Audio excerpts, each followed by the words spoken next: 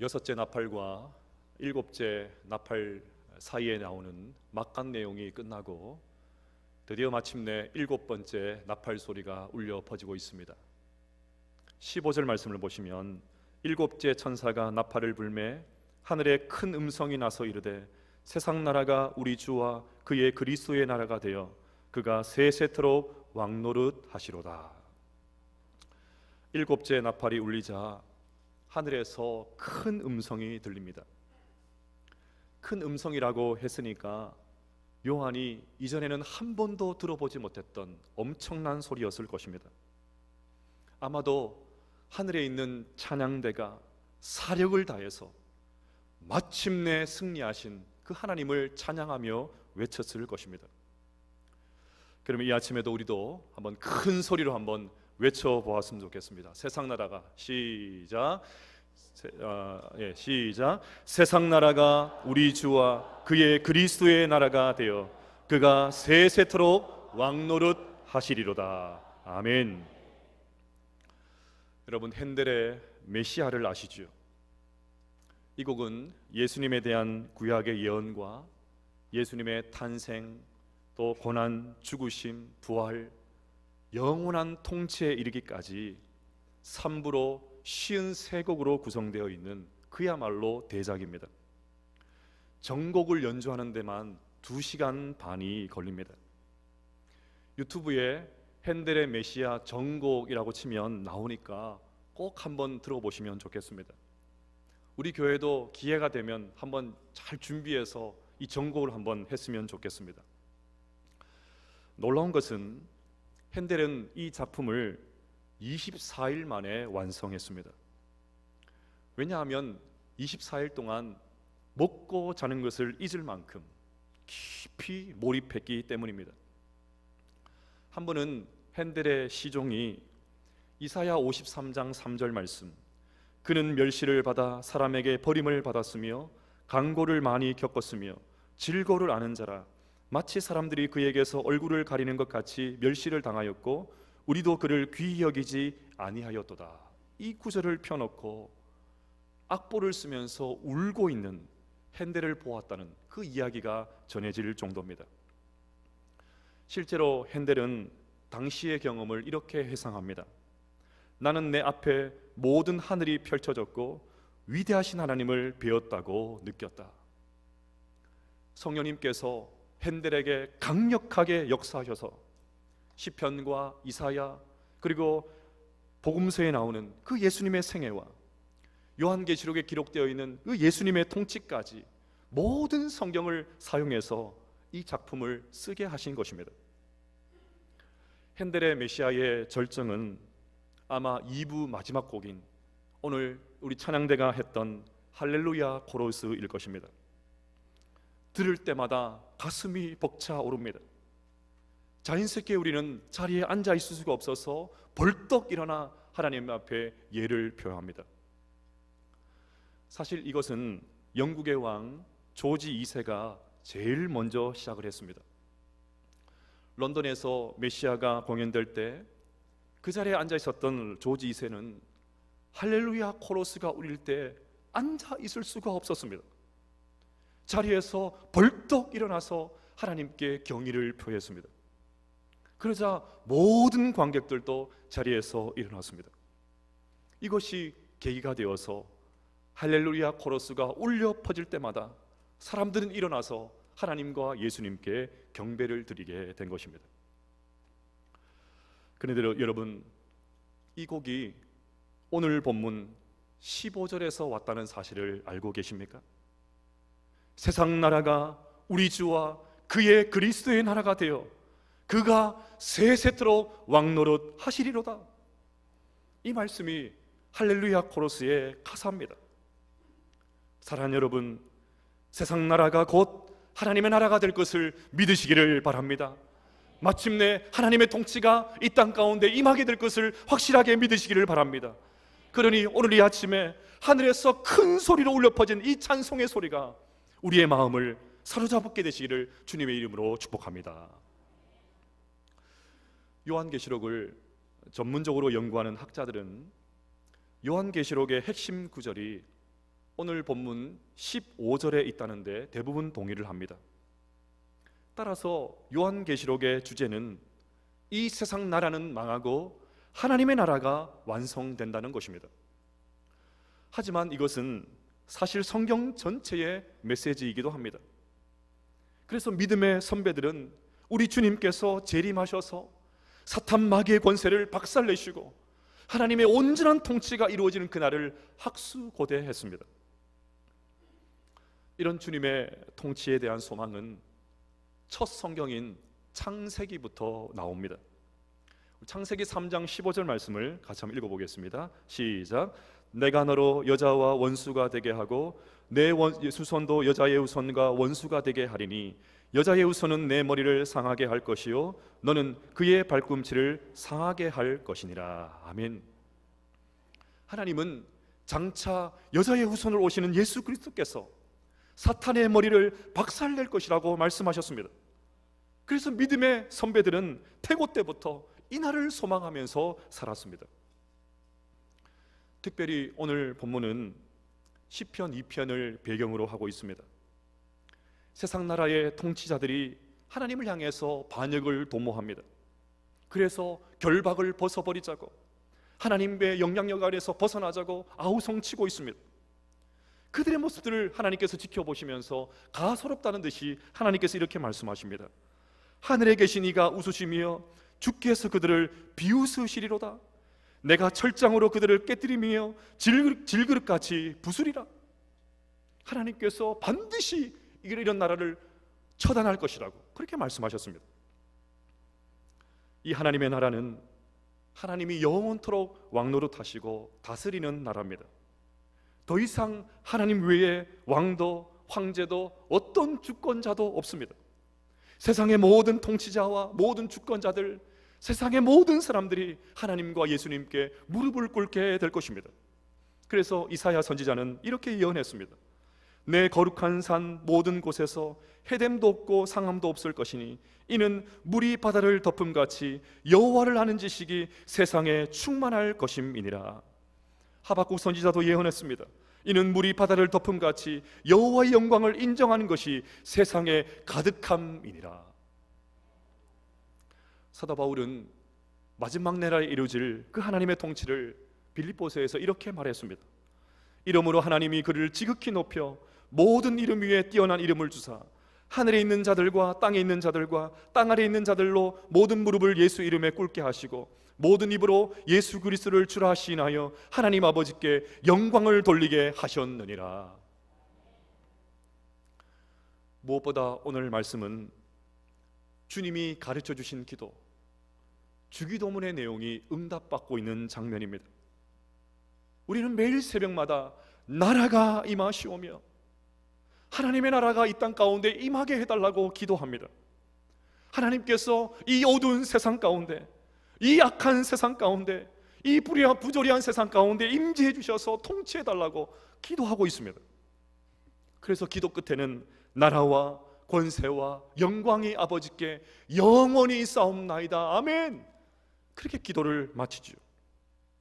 역사가 어두울수록, 세상이 부조리할수록, 핍박이 거세질수록 믿음의 선배들은, 우리 성도들은 이 기도를 붙잡고 기도를 해왔습니다.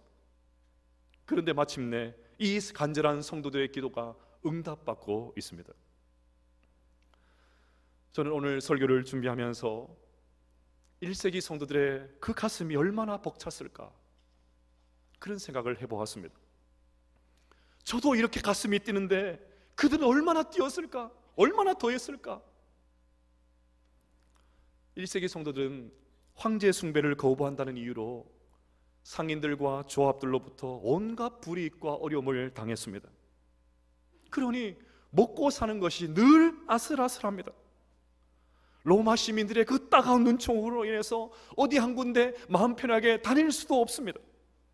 어렵게 자리를 잡으면 같은 피부치였던 유대인들이 고발을 해버립니다. 교회 안에는 온갖 이단들과 거짓 교사들이 득실거리고 있습니다. 그러니 승리의 나팔 소리가 울려 퍼질 때, 거대한 천상의 찬양대의 그 찬양 소리가 울려 퍼질 때 그들의 가슴이 얼마나 뛰었을까요? 얼마나 가슴 벅찼을까요? 그들은 이 장엄한 하늘의 코러스를 들으면서 틀림없이 중심을 잡았을 것입니다. 적당하게 타협하고 싶었던 그런 유혹을 떨쳐버렸을 것입니다. 이렇게 산다고 밥이 나오나, 문제가 해결되나, 그냥 여기서 그냥 끝냈으면 좋겠다, 그런 생각도 고쳐먹었을 것입니다. 무엇보다 다시 기도의 무릎을 꿇었겠지요. 조금만 더 참자, 승리의 날이 오고 있다, 마라나타 마라나타 외치면서 견딜 수 있는 힘들이 그들 가운데 생겼을 것입니다. 21세기를 살아가는 우리도 마찬가지입니다. 1세기 성도들과 결은 조금 다르지만 우리 또한 세상의 거대한 위협 앞에서 살고 있습니다. 여러분, 세상을 살면서 무엇이 여러분들을 낙심케 합니까? 여러분들을 주눅들게 만들고 낙심하게 하는 일은 도대체 무엇입니까? 세상 나라는 물질과 돈으로 우리를 몰아붙입니다. 그 정도 벌어서 어떻게 하냐고 물어봅니다. 도대체 연봉이 얼마냐고 그렇게 물어봅니다. 그렇게 노후를 준비해서 어떻게 하냐고 막 몰아붙이죠. 세상은 건강으로 우리의 마음을 불안하게 만듭니다. 이 100세 시대에 그렇게 골골해서 어떻게 하냐고 합니다. 암에라도 걸리면 세상이 다 무너질 것 같은 공포를 집어넣습니다. 세상 다 산 것처럼 침체하게 만들어버리죠. 세상은 세상의 자랑거리로 주눅들게 만듭니다. 자식들이 왜 그 모양이냐고 물어봅니다. 그런 스펙들을 가지고 도대체 어디에 얼씬거릴 수 있냐고 그렇게 따져 묻습니다. 이 정도 집에서 살고, 이 정도도 입고 다니고, 이 정도는 타고 다녀야 폼이 나지, 그렇게 이야기합니다. 네, 얼마든지 이런 것들을 가지고 허세를 부리고 자랑하라고 하십시오.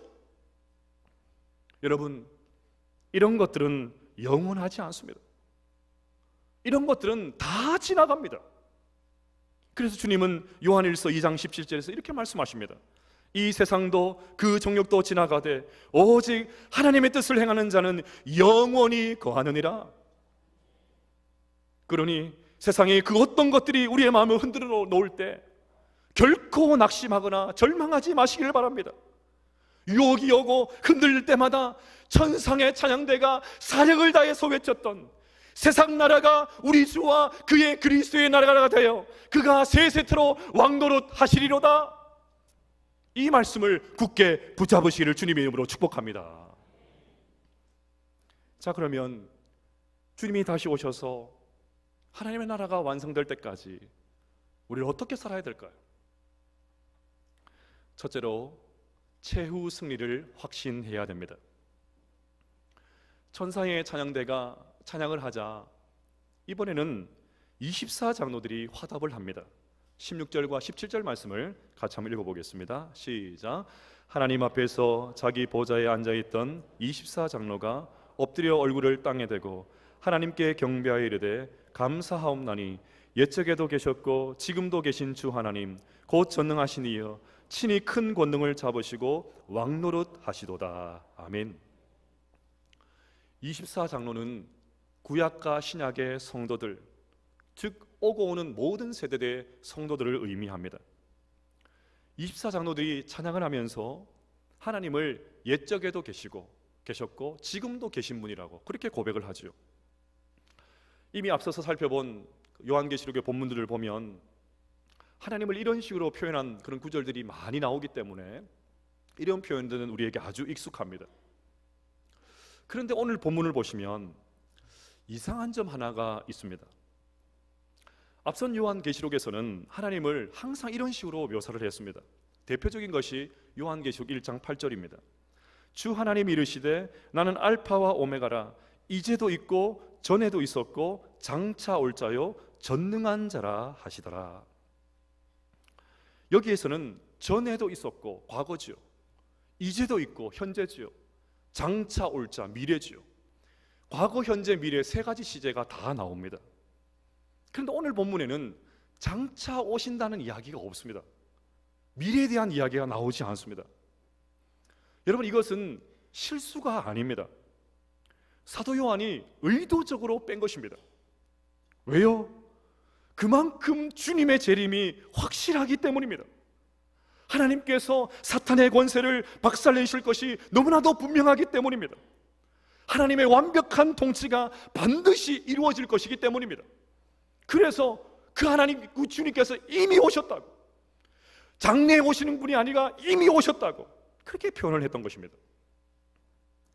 히브리서 11장 1절에 보시면 믿음은 바라는 것들의 실상이다라는 구절이 나오죠. 이것은 단순히 우리 주님의 재림을 먼 미래에 일어날 그런 일로 삼는 것이 아니라 지금 여기 실제로 존재하는 것으로 여기라, 그런 말입니다. 비록 사는 것이 힘들고 어렵고 답답하지만 다시 오실 주님을 오늘이라는 현실 내에 끌어당겨서 사는 것, 그것이 믿음이라는 것입니다. 미래를 지금 여기로 끌고 와서 사는 것, 마치 지금 그것을 누리며 사는 것, 그것이 믿음이라는 것이에요. 실제로 1세기 성도들은 주님의 재림을 먼 미래의 일로 여기지 않고 지금 이곳에서 누리며 살았습니다. 그들은 최후 승리를 확실하게 믿었습니다. 그래서 당시 성도들은 순교도 불사했습니다. 영원토록 살 거니까요. 주님 다시 오실 날이 있거든요. 그러니까 그냥 순교하는 것도 불사하면서 살았습니다.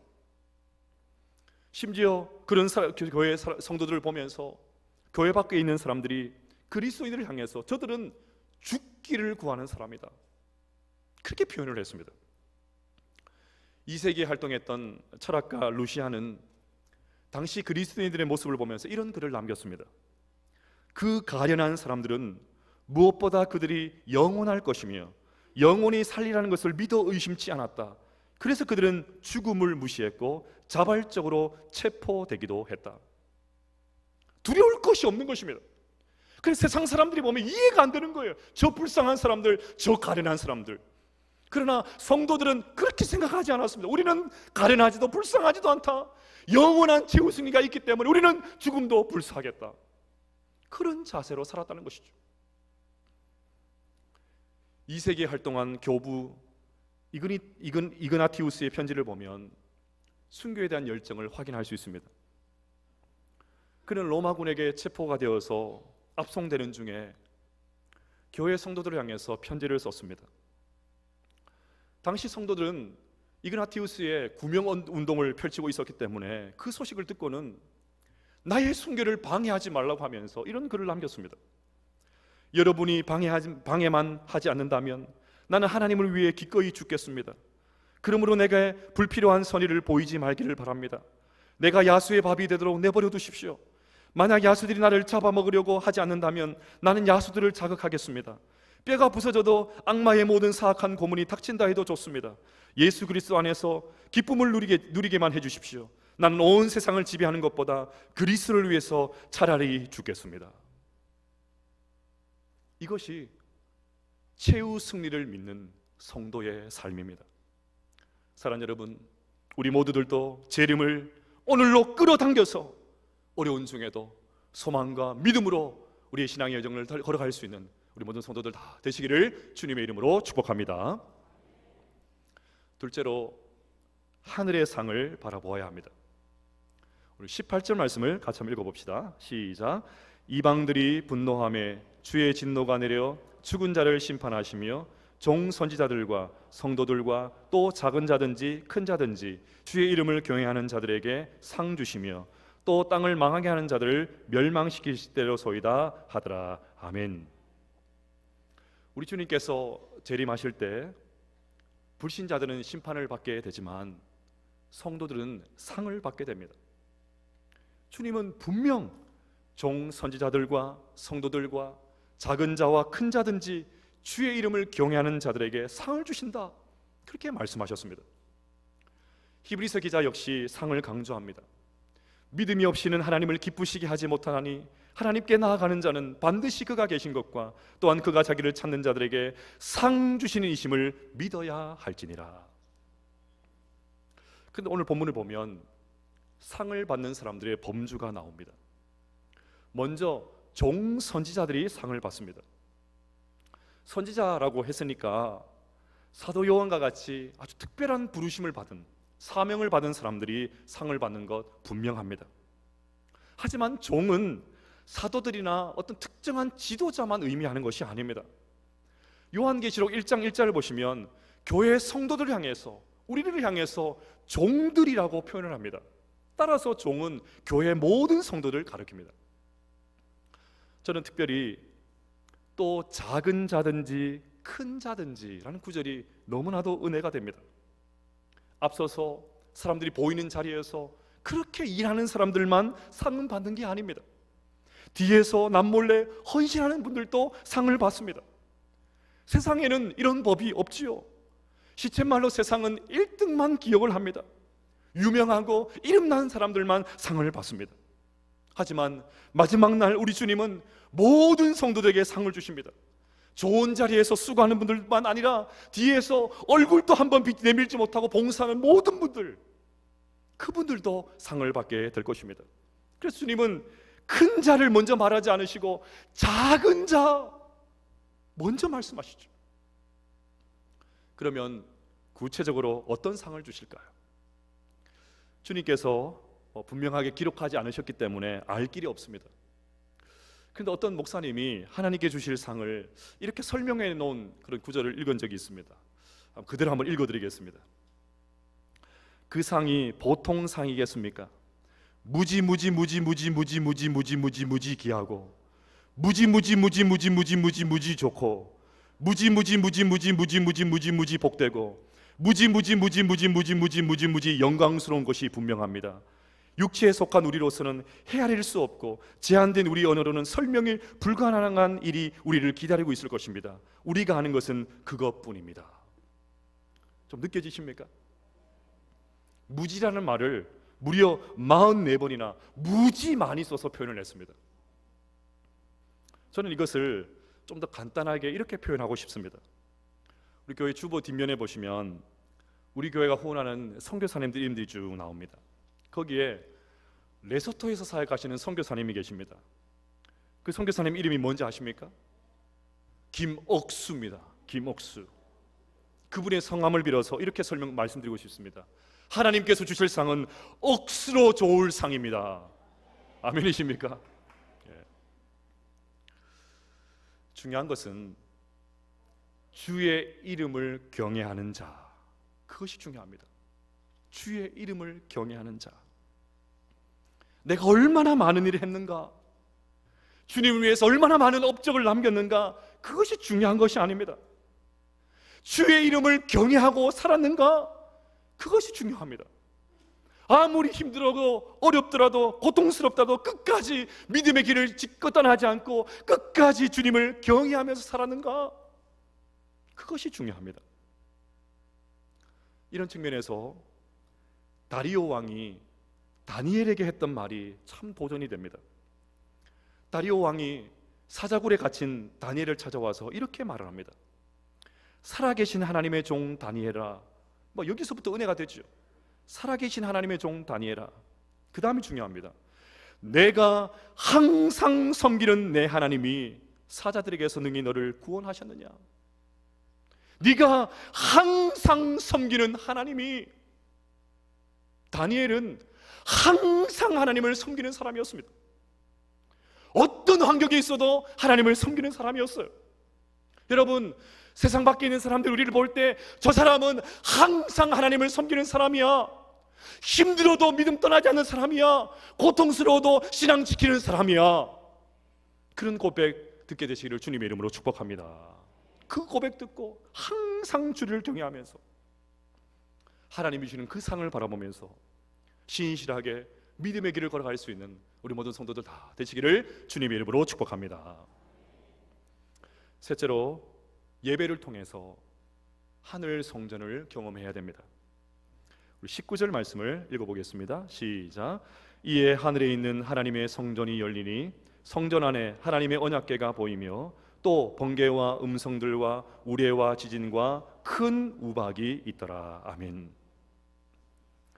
주님은 요한과 1세기 성도들에게 하늘을 열어서 그 하늘의 성전과 그 안에 있는 언약궤를 보여주셨습니다. 성전은 하나님의 임재를 상징하고 언약궤는 하나님의 약속의 말씀을 상징을 합니다. 그러면 왜 보여주셨을까요? 이유는 너무 분명하죠. 매주 우리가 드리는 예배를 통해서 하나님의 임재를 경험하고 하나님의 약속의 말씀을 붙잡으라는 것입니다. 예배를 통해서 하나님의 성전을 경험해야 주님 다시 오실 그날까지 이 험악한 시간을 견딜 수 있다는 것입니다. 그렇다면 우리도 그래야 되죠. 그들만이 아니라 우리도 그래야 됩니다. 매주일 하나님 앞에 나와서 예배를 드리면서 하늘 문이 열리는 경험을 하셔야 합니다. 세상을 살면서 흔들리는 내 믿음이 예배를 통해서 중심을 잡아야 됩니다. 하나님의 임재를 경험하면서 말씀을 붙잡으면서, 그렇지, 내가 지난 주간에 정신이 나갔었나 봐, 그렇게 살면 안 되는데 정신 차리자, 다시 말씀 붙잡자, 그런 역사가 일어나야 됩니다. 그래서 그 생각들을 가지고 다시 힘들지만 믿음의 여정들을 꾸벅꾸벅 걸어가야 되는 거죠. 사랑하는 여러분, 우리가 드리는 예배가 타성에 젖은 형식적이고 습관적인 예배 되지 않기를 주님의 이름으로 축복합니다. 매주일 예배를 통해서 하나님의 임재를 경험할 수 있게 되시기를 바랍니다. 무엇보다 우리 모든 성도님들이 하나님의 약속의 말씀을 붙잡고 주님 다시 오실 그날까지, 주님 오셔서 이 땅을 완전하게 통치하실 그때를 바라보면서 믿음의 여정들을 힘차게 걸어갈 수 있는 우리 모든 성도들 다 되시기를 주님의 이름으로 축복합니다. 아프리카에서 열심히 선교하던 선교사 한 분이 계셨습니다. 이 선교사님은 선교지에서 부인과 자식을 잃고 깊은 좌절감을 안고 미국으로 돌아가고 있었습니다. 공교롭게도 그 배에는 아프리카 순방을 마치고 본국으로 돌아가고 있는 미국 대통령이 타고 있었습니다. 배가 샌프란시스코 항만에 도착을 하자 대통령을 환영하는 인파들이 인산인해로 모였습니다. 열광적으로 대통령을 맞습니다. 바닥에는 붉은 카펫이 깔렸고 군악대의 나팔 소리가 오색 찬란한 종이가루를 뚫고 온 하늘로 울려 퍼지고 있습니다. 대통령 일행이 다 빠져나간 다음에 이 선교사가 의기소침한 상태로 혼자 쓸쓸히 부둣가를 내려오고 있을 때 군악대의 나팔 소리도 그쳤고 붉은 카펫도 거두어졌습니다. 선교사님은 눈물을 흘리면서 이렇게 말했습니다. 주님, 제가 주님을 위해서 모든 생애를 바친 사역의 결과가 고작 이것입니까? 주님의 나라를 위해서 모든 것을 바쳤는데 내 마지막에 이것밖에 되지 않습니까?